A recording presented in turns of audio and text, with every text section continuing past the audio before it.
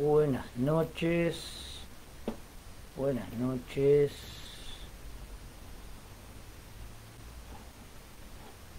Estamos transmitiendo en vivo, como el domingo pasado. ¿Se está escuchando? Vamos a ver si se está escuchando. Sí, se está escuchando. Muy bien. Muy bien. Bueno, vamos a empezar esta segunda parte de los aspectos del libro La conciencia de la naturaleza, que están relacionados con la metafísica o con fenómenos extradimensionales que hay en el mundo que nos rodea. Cuando hablamos de fenómenos extradimensionales, son fenómenos que con las tres dimensiones tradicionales no se logran comprender del todo, necesitan algo más para comprenderse. Justamente por eso, este terreno, hace muchos años, lo ocupaba la metafísica. ¿Qué es la metafísica? La metafísica no hay una sola, porque la metafísica es el estudio o la comprensión o abordar la idea de que hay una causa última de todas las manifestaciones naturales que está más allá de nuestro mundo, que es inmanente, que es permanente y que por supuesto que es la primera causa de todo y es intangible, o sea, nuestros sentidos poco pueden decir de ella. Por lo tanto, no era terreno de la ciencia, sino que era terreno de la religión, de la filosofía, y por eso hay varias metafísicas, para diferentes religiones, para algunas filosofías. Ahora bien, ¿puede la ciencia ocupar este terreno? ¿Puede la ciencia dedicarse a cuestiones que antes le ocupaban la metafísica? Y bueno, vamos a buscar, estuvimos buscando en el video anterior y lo vamos a buscar ahora, datos, comprobaciones científicas en donde pareciera que hay algo más allá de nuestro mundo tridimensional y del tiempo, que es una dimensión especial que transcurre en nuestro mundo y que puede aplicarse el método científico igual y podemos tratarla igual con un rigor, con una calidad científica. Generalmente antes se decía, bueno, pero la metafísica patea la pelota afuera, porque siempre la última causa es de Dios. Entonces, ¿qué pasa? La ciencia cada vez más encuentra una causa que genera un fenómeno y viene la ciencia nuevamente, indaga aún más o con nueva tecnología y encuentra la causa de ese fenómeno y vuelve a crecer la tecnología y vuelve a crecer la ciencia y genera y encuentran otra causa de la nueva causa de ese fenómeno, pero siempre la metafísica le dice, bueno, lo que todavía no descubriste, eso es lo que yo creo, la metafísica. De hecho, hay muchas religiones que dicen que lo que no se puede explicar, eso es el Tao, por ejemplo, en el caso del Tao, pero hay muchas otras. Entonces, ¿qué está pasando? Que la metafísica para la ciencia antes era patear la pelota afuera, no puedo distinguir eso que ustedes buscan, eso que ustedes explican. Por eso no lo puedo explicar a nivel científico. Pero ahora pareciera que sí. Ya lo vimos en el video del domingo pasado y vamos a seguir ampliándolo esta vez, pero con niveles de organización mayores. Ya vimos partículas subatómicas, lo pueden volver a ver, está en el muro de Facebook que tengo, Ariel Van Noska, lo pueden buscar con el nombre en este mismo Facebook. Bien, ¿ven el dibujito? ¿Ven la foto? Ahí dice, ahí tenemos limadura de hierro arriba de un papel. Eso ya lo dijimos en el video pasado, pero bueno, hay algunas cosas del principio que vamos a volver a decir para no arrancar de cero y para que tengamos alguna idea, los que no vieron el video anterior, y los que lo vieron pero no recuerdan. Si ponemos limadura de hierro arriba de un papel y debajo ponemos un imán, esa limadura de hierro se va a acomodar de acuerdo al campo magnético en líneas. Le dicen líneas de fuerza, hay toda una explicación científica, ¿no? Pero vamos a hacerlo bien sencillo. Se van a agrupar en líneas. Y claro, si uno viviera en ese mundo de dos dimensiones bien extendidas y una dimensión, el grosor del papel, bien chiquita, vería que hay estructuras que se forman solas, de la nada. ¿Por qué de la nada? Y porque yo el imán no lo puedo distinguir. Está en una dimensión que mis sentidos no lo pueden distinguir. Yo para sobrevivir con el largo y el ancho me alcanza para la evolución biológica de ese mundo. Pero vos estás delirando. ¿Dónde puede haber un mundo así? Nosotros estamos en un mundo de 3 dimensiones extendidas y según la ciencia otras 7 al menos, bien comprimidas, bien chiquititas como el grosor del papel. No, como el grosor del papel no, mucho más. Bueno, entonces, ¿qué pasa? Para una persona que vive en ese mundo bidimensional del papel, no entiende por qué se agrupan esas limaduras de hierro formando una línea. Indaga, revisa esas limaduras de hierro, ve cómo están formadas, indaga en sus estructuras, ve que hay campos magnéticos muy extraños, pero jamás va a entender que hay un imán ahí debajo, porque esa dimensión está imposibilitada para sus sentidos, para sus aparatos, para su mundo. Pero se puede aplicar el método científico perfectamente, porque el método científico es una serie de pasos para comprobar lo que decís. Y pueden hacerse pruebas hoy día con tecnología bastante avanzada, como el colisionador de hadrones, como los aceleradores de partículas. Pero se puede aplicar el método científico en la metafísica. Fíjense, ¿qué significa aplicar el método científico? Bueno, la ciencia se basa en ideas comprobables, contrastables, repetibles, mejorables. Hay muchísimo que se puede hablar de eso. Alguien, si estudió lógica o filosofía, podría ampliar muchísimo esto que vamos a decir en una forma muy resumida. La ciencia se basa en lo comprobable. Últimamente lo comprobable es de acuerdo al método científico, en las ciencias duras, en las ciencias naturales. En el caso de las ciencias sociales, el método científico no alcanza, porque es mucho más compleja. Las ciencias sociales tienen muchas más variables, depende de contextos muy diferentes, depende de teorías, de visiones muy diferentes, todas válidas a la vez quizás, cosa que en la ciencia no pasa. Por lo tanto, en las ciencias sociales es mucho más que el método científico, si bien el método científico no debería olvidarse, ni siquiera en las ciencias sociales. En cambio, en la religión, lo importante no es la comprobación, sino la fe. Y al contrario, si vos querés poner a prueba tu fe, es porque estás falto de fe. Es casi un pecado. De manera que ahí hay un problema, porque son muy diferentes una forma de conocimiento que la otra. Pero ¿qué pasa? Hay algunas religiones que son mucho más, ¿cómo decirlo?, más elásticas o más permeables a estas comprobaciones. Eso se debe a que muchos dicen, bueno, si mi fe viene de Dios y Dios creó todo, bueno, ¿por qué no investigar eso que me dio Dios? Que es la naturaleza. Entonces ahí se permite la comprobación científica. Los que más permitieron la comprobación científica en la historia, por lo menos en la historia occidental, son los musulmanes. El pensamiento musulmán y anterior a ellos se permitieron muchísimo la comprobación porque para ellos la naturaleza es un regalo de Dios.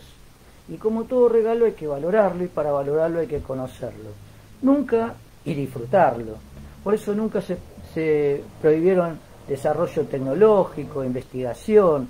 Es más, gracias a los musulmanes, después del oscurantismo, Europa conoció la historia egipcia, la India, Los griegos, los filósofos griegos, tuvieron avances tecnológicos en astronomía, matemática, agricultura, inventaron los engranajes, los molinos de viento, descubrieron la circulación de la sangre en el ser humano, el ciclo del agua. Y alguno que me está escuchando puede decir, no, te equivocaste.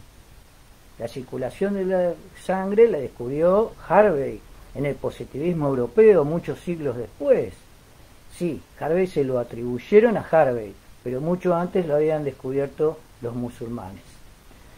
Bien, esto es para decir que, bueno, que las dos ideas, las dos formas de conocimiento, ciencia y religión, a veces no están tan peleadas, ¿eh? Bueno, ¿y la filosofía en qué se basa? ¿En la comprobación? No. ¿En la fe? No hace falta ni una ni la otra. La filosofía, sí, se basa en deducciones lógicas. ¿Pero qué lógica aplica? Bueno, depende del filósofo, la lógica que aplica. Pero con que sea deducible, alcanza. Y a veces ni eso.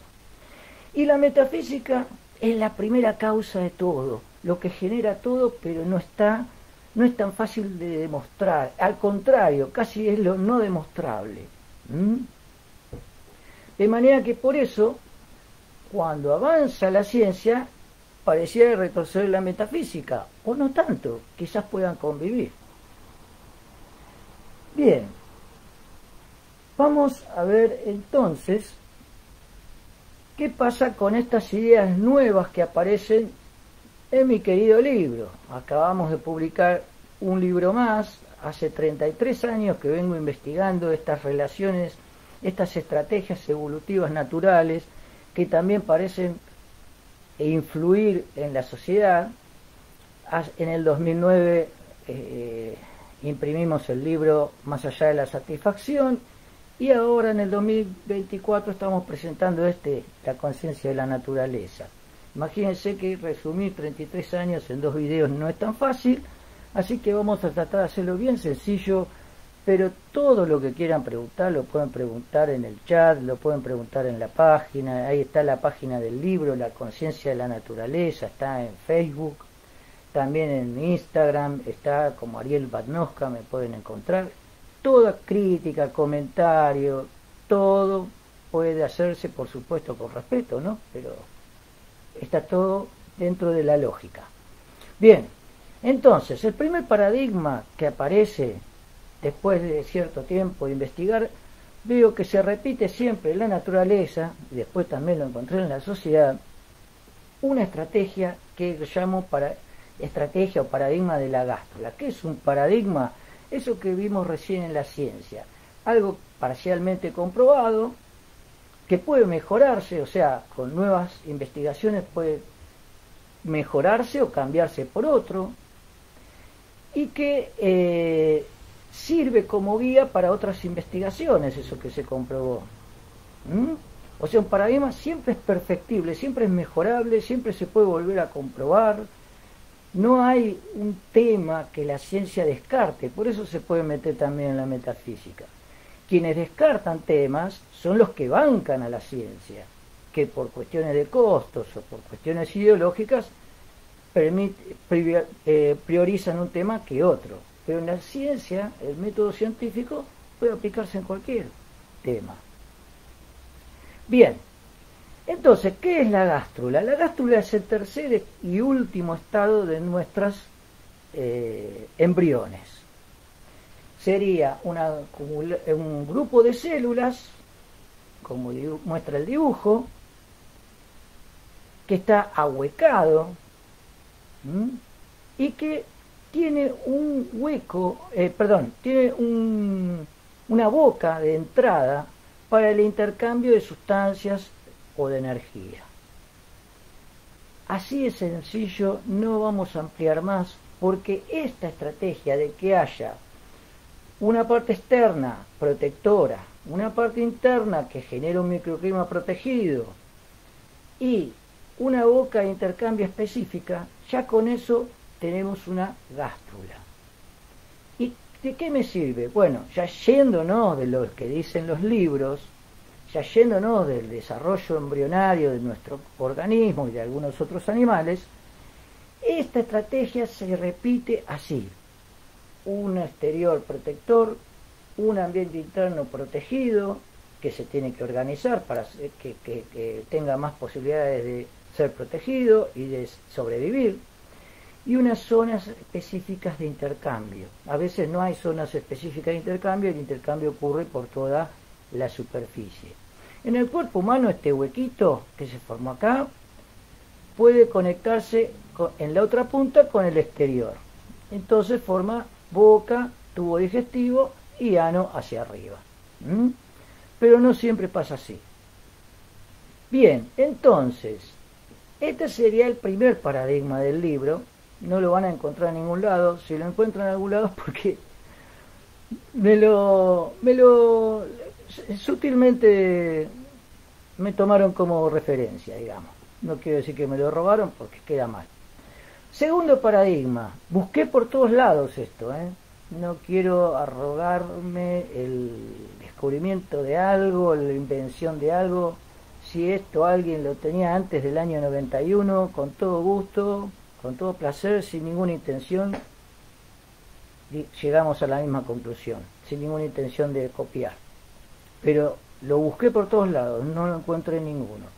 Y se repite en muchas manifestaciones naturales y sociales. Por eso el libro. Yo no vendo libros, no me interesa eso. Pero bueno, es mi obligación transmitir esto. Bien, segundo paradigma.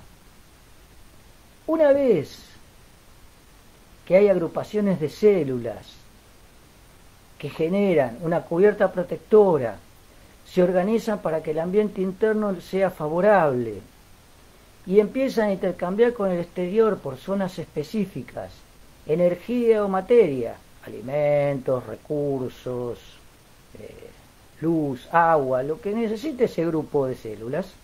Por decir un grupo de células. Lo que va a necesitar después de los recursos naturales, lo que va a necesitar después de la organización interna, las interacciones entre las células para que esta gástrula funcione como grupo, va a ser interacciones con otras gástrulas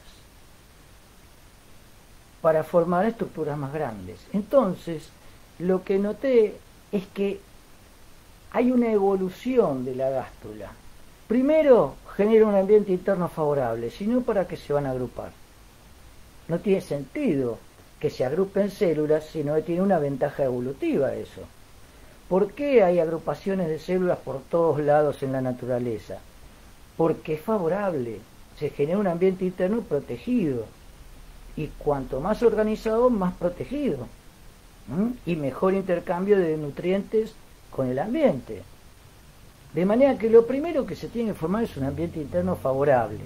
Acá figura abajo un ambiente interno, interacciones con un ambiente interno. Se empieza a organizar un ambiente interno que va a ser favorable. Después, lo que necesitan, o inmediatamente después, sería intercambiar nutrientes, oxígeno, o lo que sea que necesiten del ambiente. Intercambios con el ambiente externo natural. ¿Por qué lo llamo natural? Porque son estructuras que no son ni parecidas a esa agrupación de células. Más tarde puede llegar a pasar, no siempre, que se relacionen con estructuras semejantes a ellas. Entonces estamos hablando de un intercambio también externo, pero con un ambiente social. ¿Por qué hago esta diferencia en tres ambientes? Porque son muy diferentes las interacciones.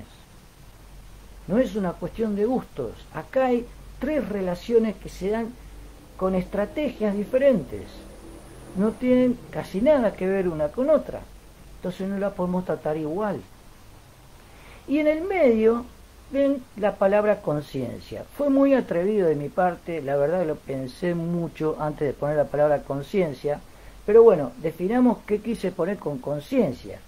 Conciencia, en este caso, vendría a ser todo lo que hace que un grupo se diferencie lo externo de lo interno.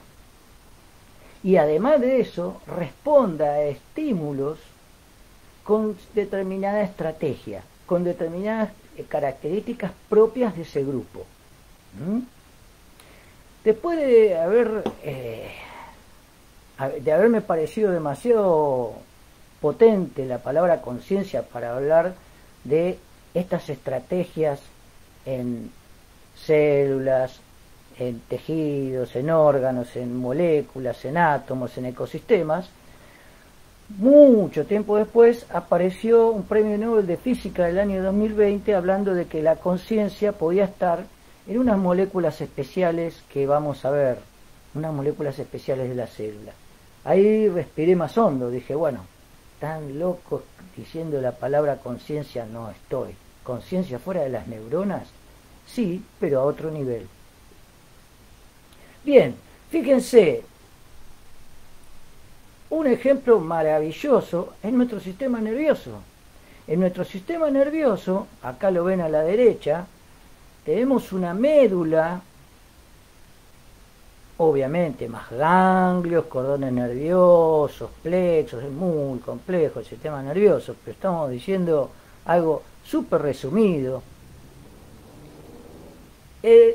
La médula recoge la información del ambiente interno, de qué pasa cada parte de nuestro organismo y de nuestra sangre y nuestro metabolismo, y lo lleva más arriba. ¿Cómo más arriba? Sé más específico. Bueno, más arriba, ¿por qué? Porque si no lo pueden solucionar los ganglios y los plexos, si lo solucionan, listo, acabado ahí, se resuelve ahí. Pero si no lo solucionan, esa información va a seguir subiendo y puede llegar a nuestro sistema nervioso central. Incluso si el problema sigue sin resolverse, puede llegar a nuestra parte periférica del cerebro, que es donde nosotros razonamos. Y ahí decimos, me duele tal cosa o me pasa tal otra, porque no se pudo resolver antes. Pero ¿qué pasa con esa información? Si es del ambiente social, o sea, si es algo externo, pero de individuos que nosotros consideramos semejantes, va a tener una respuesta totalmente diferente mi conciencia a que si eso externo no lo considero semejante, lo considero un objeto, lo considero de un nivel de organización inferior a mí y quizás superior, pero no, en el caso superior, salvo los ecosistemas, lo transformamos en algo social. Bueno, entonces, tenemos los dos paradigmas del libro. ¿De qué me sirven? Mirá, hace 33 años que vengo encontrando aplicaciones. No sabes la cantidad de aplicaciones que hay. Mirá, esto vas a encontrarlo en cualquier libro de biología. ¿Qué es esto? Bueno, lo quiero poner justo para que no tape ninguna palabrita, pero no puedo. Ahí está. Estos son lo que un libro de biología te diría niveles de organización de la materia. ¿Qué quiere decir esto? Que los átomos, cuando se agrupan y se ordenan, forman moléculas. Pueden formarla o no. Por eso también hay átomos sueltos. Antes de esto, por supuesto, están las partículas subatómicas, que también se agrupan y se ordenan y forman átomos. Sigamos. Los átomos se agrupan y se ordenan, forman moléculas. Las moléculas, si se agrupan y se ordenan, pueden formar macromoléculas. Las macromoléculas, si se agrupan y se ordenan, forman células. Las células, y así seguimos, ¿no? Ahí lo tienen en el gráfico. Hasta sistemas de órganos. Pero ¿qué pasa? Desde células hasta sistemas de órganos, esto puede ocurrir dentro de un individuo. O sea, hay individuos que como mucho, lo más complejo que tienen son células, hay individuos que lo más complejo que tienen son tejidos, como pasa con algunas algas y algunos animales muy sencillos. Hay individuos que lo único que tienen como más complejo son los órganos, les pasa con los vegetales más complejos, sus órganos son las hojas. Y hay individuos que tienen sistemas de órganos, que esos son los animales más complejos, mamíferos y otros vertebrados. Bien, Y los individuos, si se agrupan y se ordenan, forman poblaciones. Me salió el acento en la I en vez de la O. Bien. Las poblaciones, si se agrupan y se ordenan, forman comunidades y hasta llegar a ecosistemas. Cada uno de estos saltos genera un nuevo nivel de organización. Cada nivel de organización tiene propiedades totalmente nuevas. ¿Cómo totalmente? Los átomos tienen las propiedades, las moléculas tienen las propiedades que le dan los átomos tienen las propiedades que le dan las partículas subatómicas, o sea, las propiedades se lo dan los que lo forman. No solo eso. La organización genera propiedades nuevas que se llaman propiedades emergentes de ese nivel de organización. Por ejemplo, todos sabemos que el agua es H2O, o sea, tiene hidrógeno y oxígeno.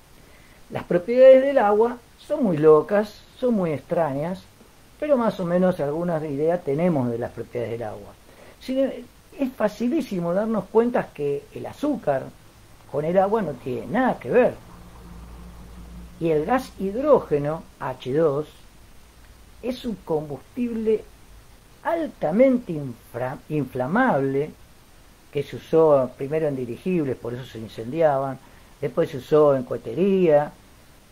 No tiene nada que ver con el agua, pero tiene hidrógeno igual que el agua, pero no tiene nada que ver. Y el azúcar tiene hidrógeno igual que el agua, pero nada que ver. Y el oxígeno está en infinidad de moléculas totalmente diferentes entre sí. ¿Qué quiero decir con esto? Que los componentes hidrógeno y oxígeno se agruparon y ordenaron de una manera tal que formaron la molécula de agua, y esto le dio características tan nuevas que no son reconocibles por los componentes, sino por la organización. La clave acá está en la organización y en la agrupación. Con agruparse solo no alcanza. Por eso esta es parte de la teoría que se llaman organicistas. Pero fíjense, propiedades nuevas por organizarse. Tengan en mente esto, porque esto va a venir después a las mil maravillas para decir cosas más locas. Bien, yo decía que había propiedades nuevas cuando se organizaban, yo decía que íbamos a hablar de metafísica, y la metafísica ¿dónde está? Justamente, esas propiedades nuevas, algunos científicos llegaron a extremos, por decirlo de alguna manera, bastante inquietantes, incluso fueron separados de la ciencia tradicional porque decían, según otros científicos, cosas disparatadas. ¿Pero tenían comprobaciones? Sí. Muchos de ellos sí. ¿Qué cosas disparatadas decían? Decían que esa agrupación y organización no solo tenía propiedades nuevas, emergentes, sino que tenía propiedades realmente extrañas, más allá de lo tridimensional, que alguna vez se consideraron metafísica. Y por supuesto, está todo en discusión, todos estos científicos están en discusión, algunos vamos a verlos ahora. Y sus explicaciones son muy complejas. ¿Y vos qué tenés que aportar con tu libro? Lo que yo tengo que aportar con mi libro es que quizás podemos hacer mucho más sencillas estas explicaciones si lo vemos como una gástrula en un plano tridimensional. Acá lo dibujé de 2 dimensiones extendidas y una muy chiquita, como el papel. ¿Por qué no dibujé 3 dimensiones? Porque no se puede, sería una locura.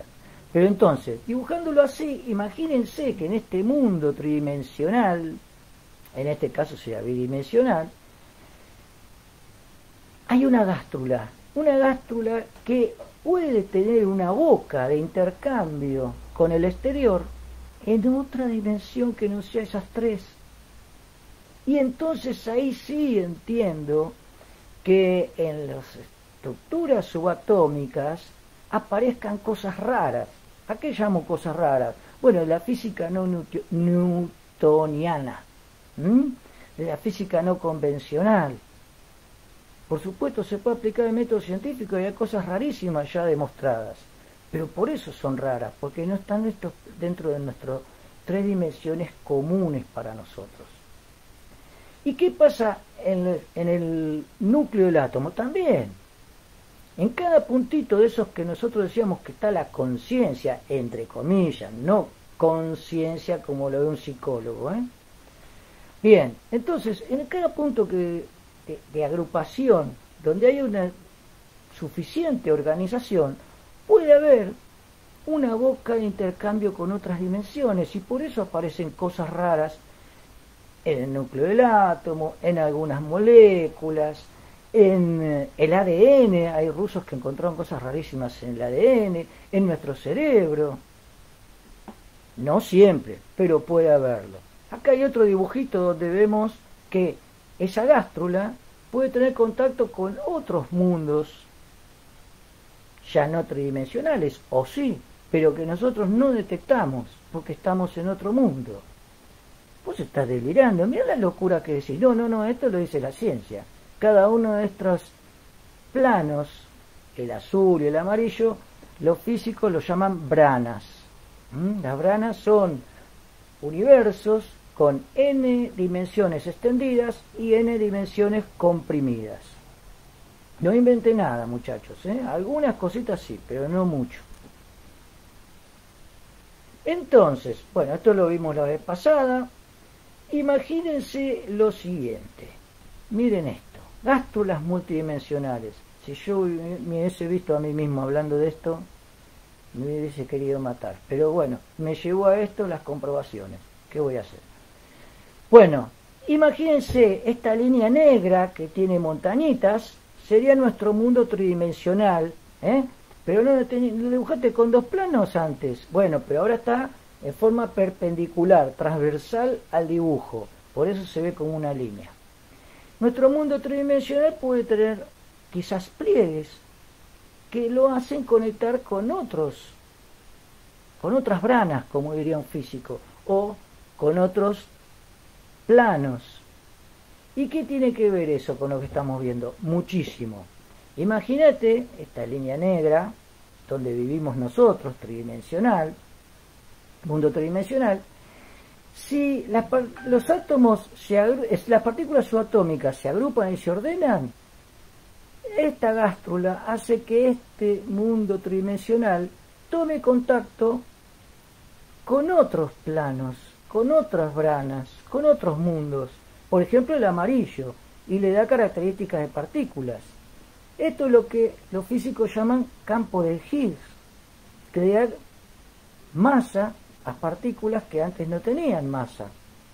Oyeron hablar del bosón de Higgs o la partícula de Dios. Pueden googlearlo y se van a entretener un rato. Bueno, entonces, ¿pueden las partículas subatómicas agruparse y ordenarse y conectarse con planos que le dan la característica de átomos? Miren la línea roja, un campo que le da la característica de átomos. Miren la línea amarilla, un campo que le da la característica de partícula. Y por debajo de nuestro mundo hay otro campo que le da la característica de onda. ¿Por qué opuesto? Uno por abajo y otro por arriba. Y porque si es onda no es partícula. O sí, lo vimos la vez pasada. Bueno, entonces, ¿qué pasa si los átomos se agrupan y se ordenan en otro lugar? Y bueno, eso va a ser tan complejo, tan ordenado, que va a generar otro tipo de contactos con otros planos, como el anaranjado, y le da características de moléculas. Y si las moléculas se agrupan y se ordenan aún más, bueno, va a tener contacto con otros planos, características de macromoléculas. Y podemos llegar así a todos los niveles de organización. Y las características nuevas que la ciencia nos dice son propiedades emergentes, podían ser tan nuevas, tan locas, porque vienen de otros planos que en nuestro mundo tridimensional, no son comunes, no son fáciles de explicar por los componentes anteriores. Es como si nos conectamos con otros planos gracias a la organización de las partes que forman la antena. Si yo saco alguna parte, si desorganizo las partes de la antena, ya no captan bien esos otros planos. ¿Podrá ser esto cierto? Por supuesto, tómelo como hipótesis. Esto sí tiene parciales demostraciones. Bien, si tenemos en cuenta lo del triple diálogo, o sea, el segundo paradigma del libro, podríamos ver estos diferentes niveles de organización de esta manera. Mire, acá tenemos una célula, lo voy a marcar con amarillo. Acá tenemos una célula que con su agrupación interna, con intercambios internos, genera una organización que le da ventajas, intercambia nutrientes, oxígeno, agua con el exterior, intercambio con el ambiente natural, y también se relaciona con otras células, intercambio social, y tiene su conciencia interna. Su conciencia, como dijimos recién, o sea, en el sentido que hay un reconocimiento entre lo externo y lo interno, y estrategias específicas para respuesta a estímulos. Bien, pero ¿qué pasa al relacionarse con otras células? En el caso de nuestro organismo, esa organización es tan compleja que genera una agrupación de células muy especial llamada tejido. ¿Y qué pasa en el tejido? Bueno, en el tejido tenemos esta línea gruesa, también negra, con sus 3 intercambios. ¿Y qué quiere decir con esto? Que ahora el intercambio con lo interno va a ser dentro del tejido, pero va a ser social para la célula, va a ser un intercambio social entre células. A nivel células es un intercambio social, a nivel tejidos es un intercambio dentro del tejido. Es interno, por eso aparece hasta ahí. Y cuando se agrupe y se ordene lo suficientemente bien, va a necesitar de otros tejidos, oxígeno, nutrientes, agua o lo que fuese. Intercambio con el ambiente natural externo. Y se va a relacionar con otros tejidos como él, a través de hormonas y mensajeros químicos. Intercambio social externo también. Y por suerte nuestro organismo es tan complejo y organizado que entre los tejidos también van a formar una agrupación ordenada que se llama órganos. Y en este nuevo nivel, eso que era social para los tejidos va a ser el ambiente interno del órgano. Pero esos órganos necesitan nutrientes y todo eso, que no es igual, el mismo nivel de organización que ellos del exterior, relación con el ambiente natural. Pero esos órganos también se tienen que relacionar con otros órganos, intercambio con el ambiente social. Y así podemos relacionar, empezar desde partículas subatómicas y llegar a los ecosistemas. ¿Podrá ser esto así? Pero si eso fuera así, mirá, hay un temita acá, porque vos acabas de decir que cada parte central podría tener contactos con otras dimensiones. Exactamente, o sea, este punto,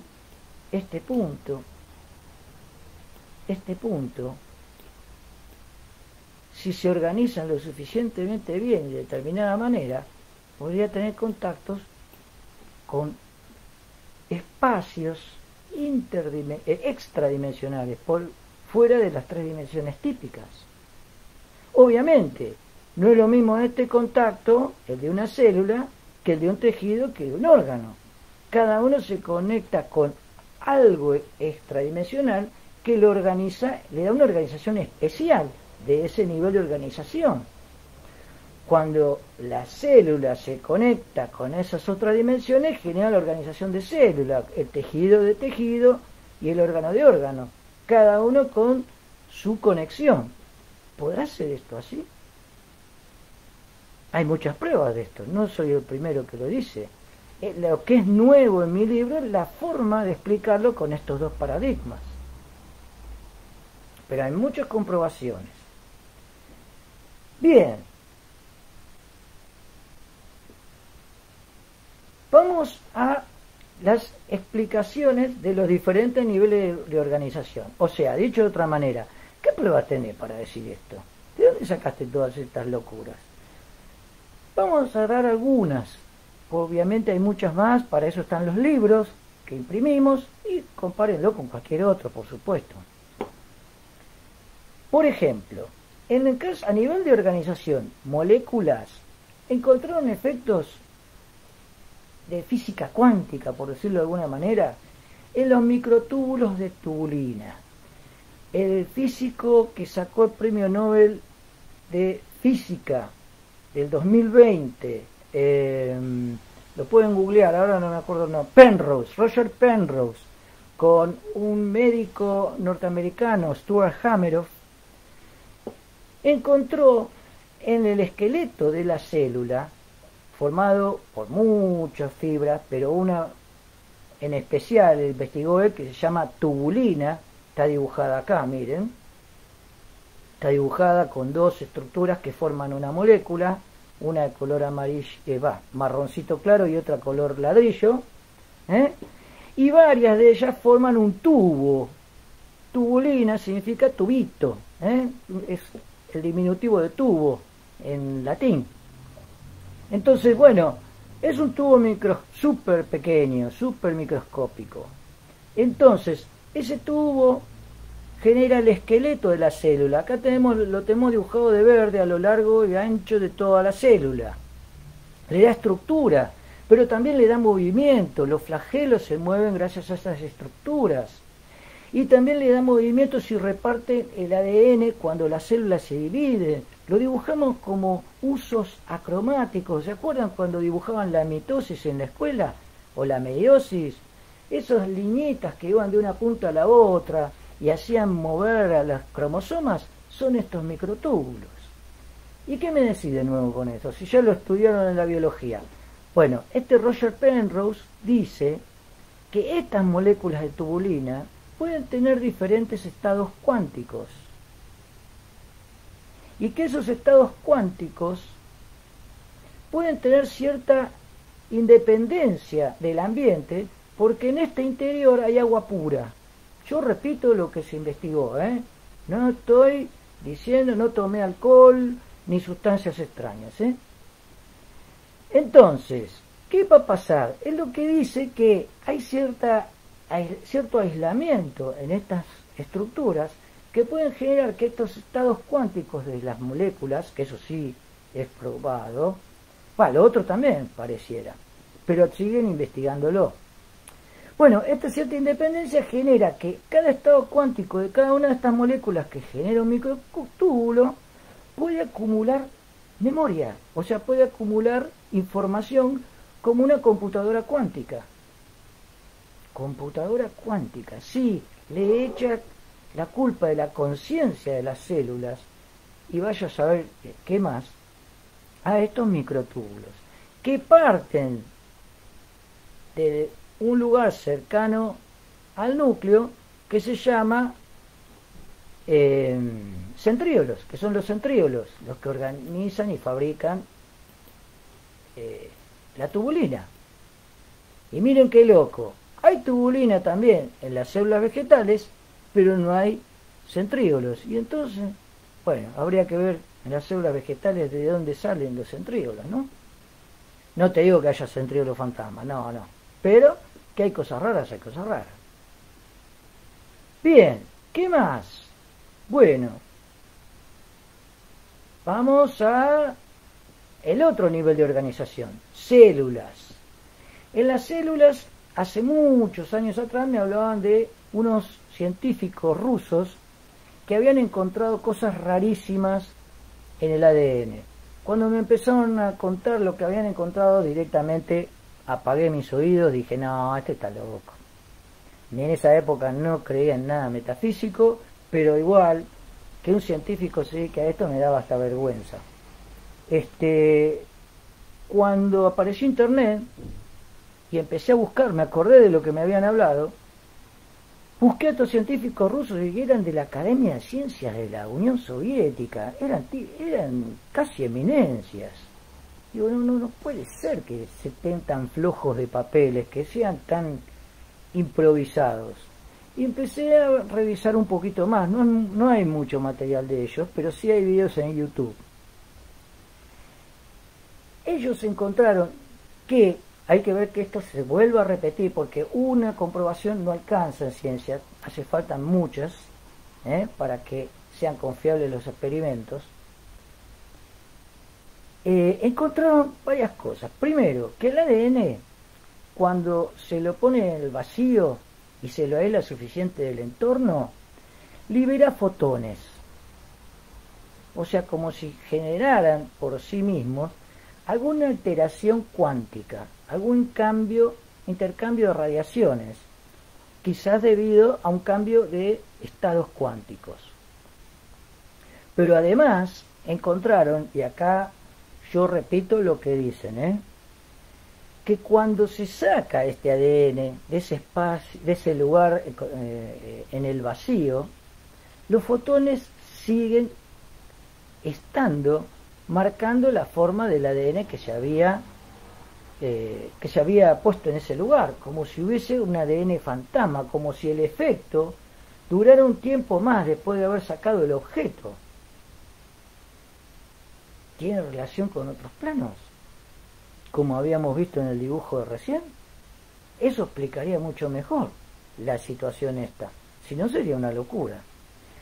Pero además se dieron cuenta que sirven como antenas el ADN. ¿Por qué? Porque tomaron, creo que salamandras, un anfibio, en laboratorio, y los huevos de salamandra los encerraron en una caja, en una jaula de Faraday, o sea, una caja donde no puede entrar ningún tipo de radiación.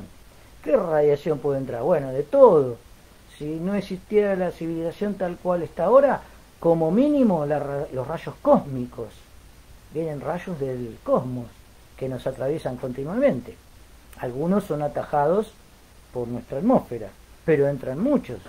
Bueno, lo pusieron en una jaula de Faraday a esos huevos y nacieron individuos con deformaciones genéticas, por lo cual ellos infieren de que las radiaciones cósmicas son captadas como antenas por nuestro ADN y sirven para que no hayan mutaciones anómalas.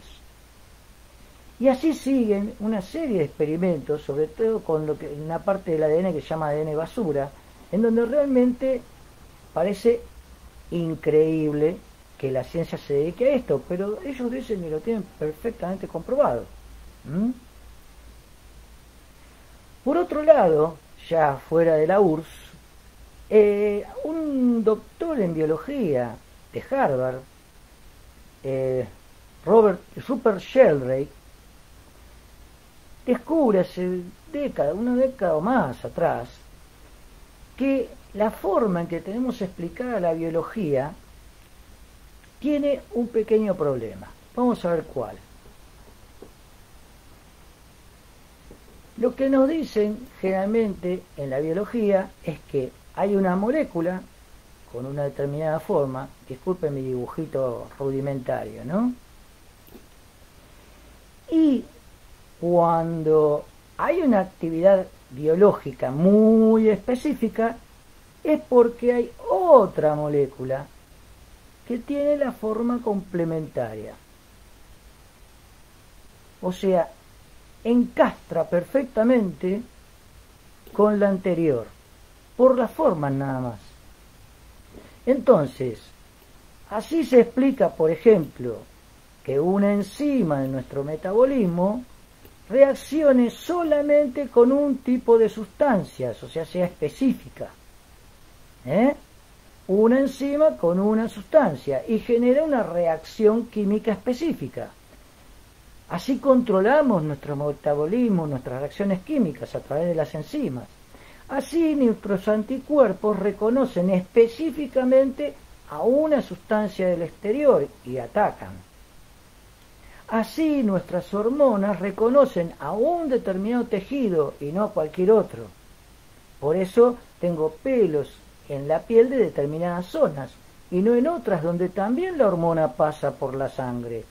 Pero en esas otras zonas donde no tengo pelo, la hormona pasa y no genera pelo porque no hay receptores para esa hormona en la superficie de la célula. En cambio, donde tengo pelos, esa hormona encontró receptores y generó su efecto, fabricar pelos. Entonces, casi todos los mecanismos muy específicos, sobre todo enzimáticos, químicos, bioquímicos, se explican con este mecanismo de encastre que se llama llave-cerradura. Una causa para un efecto solamente por complementariedad de formas. ¿Qué tiene que ver esto con lo que estabas hablando? Bueno, mucho, porque Rupert Sheldrake, este hombre que nombré recién, dice que esto no es así. ¿Por qué? Porque hay pruebas de que una enzima no genera un solo efecto específico, que una hormona no genera un solo efecto específico. Y entonces lo que él dice es que esto se da por frecuencias armónicas. ¿Vieron como las notas armónicas en música, que hay más de una armónica para cada nota? Bueno, así. Él lo explica por frecuencias armónicas entre moléculas. Por eso una enzima puede tener más de un efecto, una hormona puede tener más de un efecto.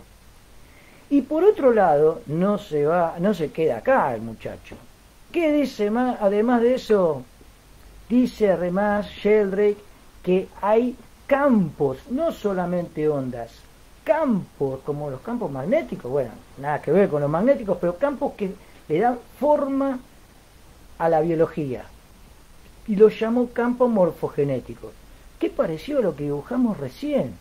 Esos planos que tocan, que por la organización empiezan a tocar otras dimensiones y le dan características nuevas. Esos campos morfogenéticos de Sheldrake son los que generan, según él, por ejemplo, que cuando nos lastimamos y perdemos parte de un tejido, el nuevo tejido se forme de la misma forma, con las mismas características que el tejido anterior. ¿Cómo se guiaron las células para eso? Sí, hay otras explicaciones, por supuesto. Hay genes directores de orquesta, genes que organizan todo eso, pero no alcanza, y según Sheldrake hay algo más que lo llamó campos morfogenéticos. Bien, vamos a un nivel más. Nuestro organismo, o sea, ya ha pasado más de un nivel. Tejidos, órganos, sistema de órganos, individuo complejo, ser humano. Bien, ¿qué me vas a decir en este nuevo organismo? Bueno, esto es muy importante porque está ligado a la salud, ni más ni menos que a la salud física y psicológica. O sea, podríamos hacer un video más de varias horas sobre salud y las relaciones con estos dos nuevos paradigmas, o sea, con este libro. Bien, ¿cómo andamos de preguntas, de consultas? Vamos a ver si alguien nos está viendo. Si no, no importa. Nos verán cuando esté el video colgado en la página, ¿no? ¿Hay alguno? No sé, no aparece. No, no hay comentarios. Por ahora pareciera que no. Pero bueno, ya van a aparecer. De hecho, Méndez no fue conocido hasta después de muerto, así que vamos a tener esa esperanza, ¿no? Bueno, la cuestión es esta. ¿Qué pasa en nuestro organismo?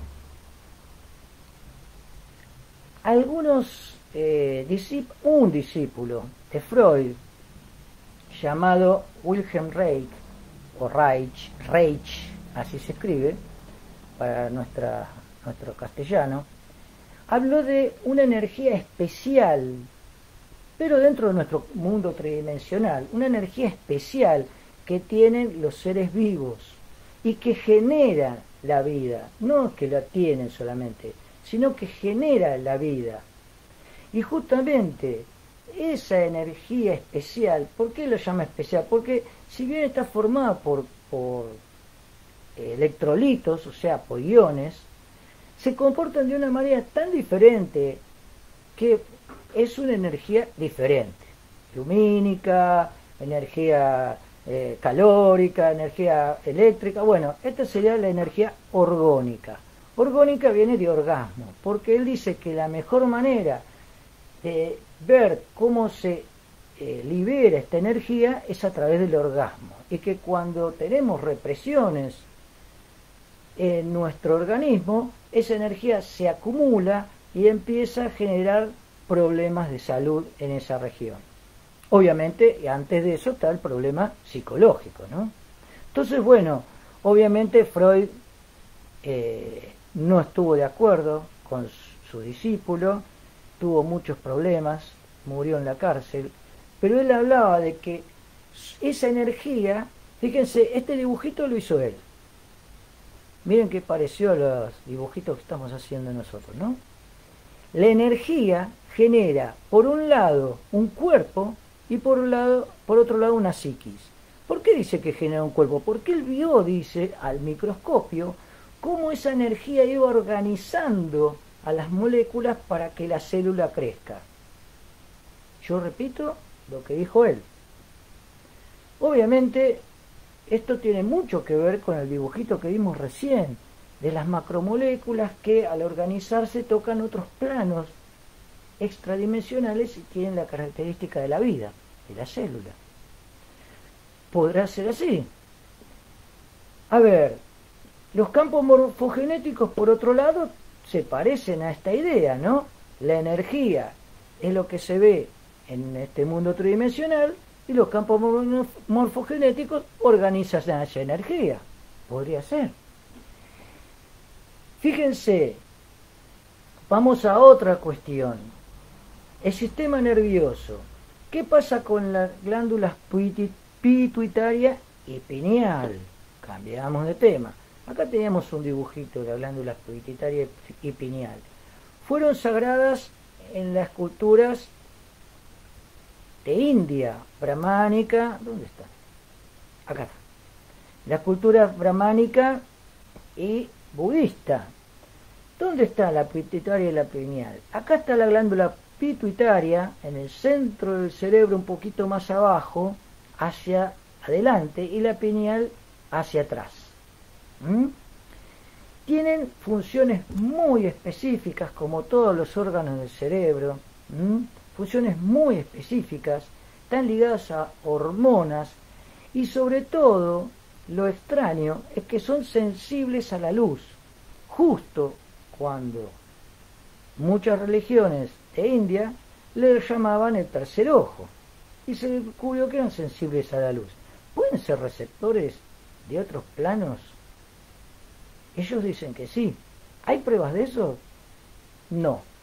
Solamente hay pruebas de que son sensibles a determinadas ondas, son sensibles a la luz y manejan muchas glándulas, muchos receptores químicos que organizan nuestra salud.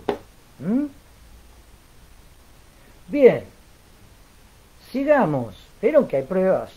¿Vieron que hay bastantes pruebas? No es un delirio de un fin de semana, Bien, y para colmo está Jung, otro psicólogo, que habla del inconsciente colectivo.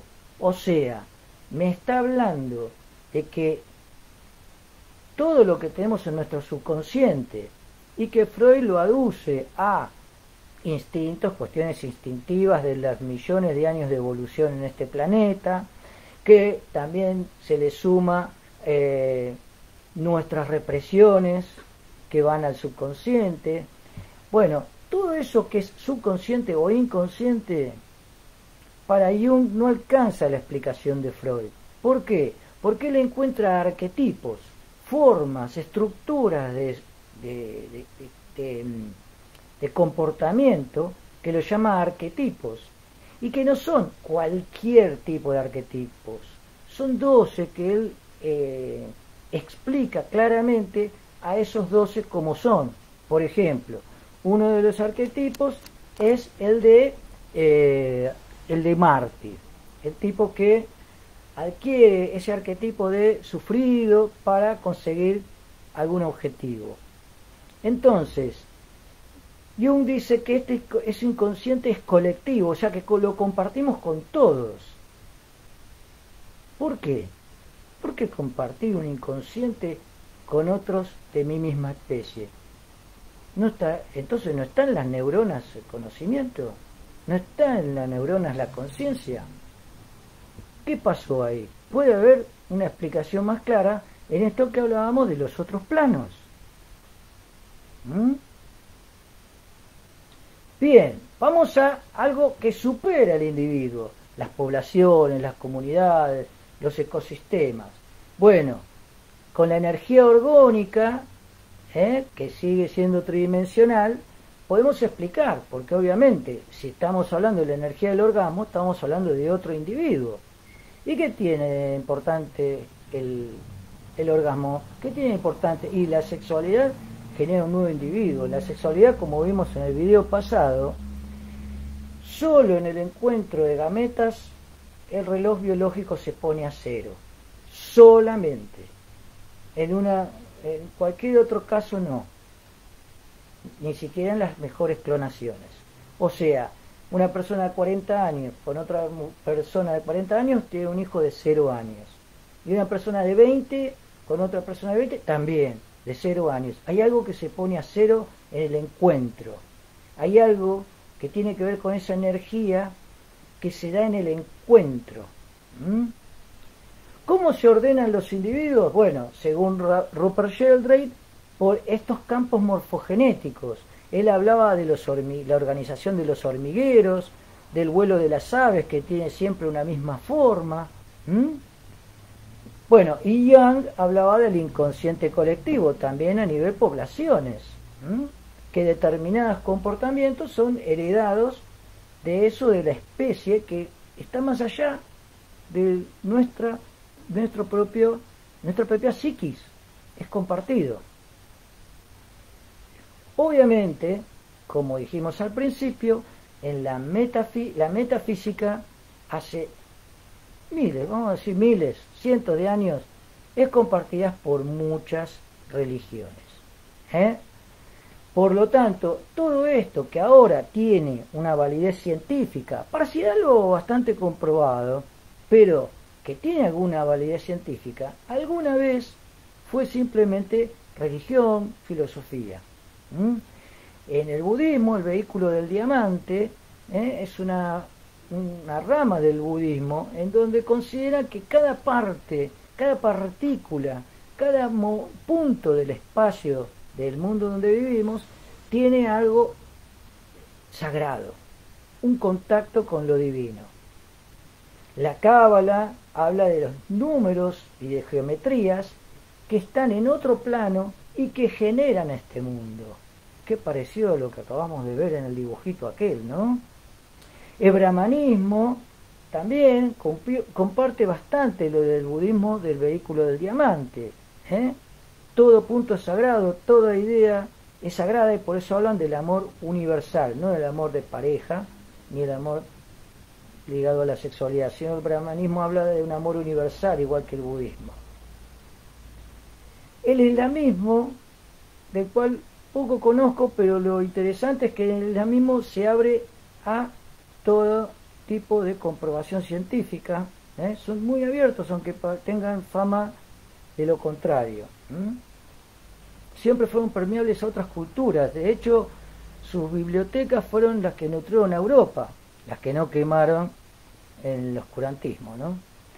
Bien, hay muchas otras religiones. Por ejemplo, la mayoría de los nativos de América no solo tenían como hermanos a los semejantes, o sea, como hermanos a otro ser humano, como nos dice Cristo, amar al prójimo como a ti mismo, sino que también tenían como hermanos a cualquier otro ser de la creación. Cuando cazaban, le agradecían al espíritu del animal cazado que les había servido de comida. Ellos jamás hubiesen dicho que estaban solos en un bosque, porque todos eran hermanos. El viento, el mar, el río, los árboles, por eso hablan de la madre tierra. Pero claro, desde un punto de vista religioso.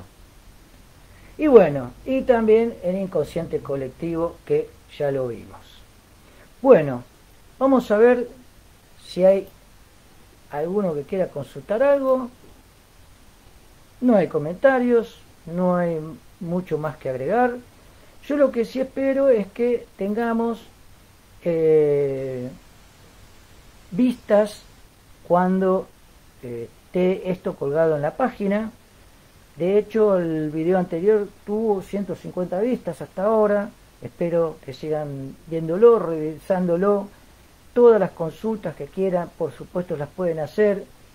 Y la intención de esto es asegurarles que no van a ser millonarios con este libro, ojalá que sí, pero lo que sí puedan lograr es entender más fácilmente muchas otras cuestiones, sea de ciencia, sea de salud, sea de religión, sea de filosofía, porque aúna muchas cuestiones en una explicación más simple, y todas ellas científicas perfectamente comprobables.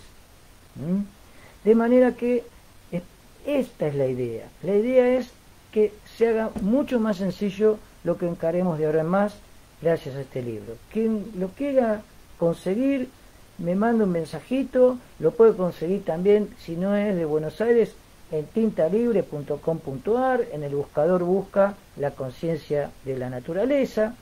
También lo puede comprar por ebook en Amazon. También entra a alguna página de Amazon y lo busca en el buscador, La conciencia de la naturaleza.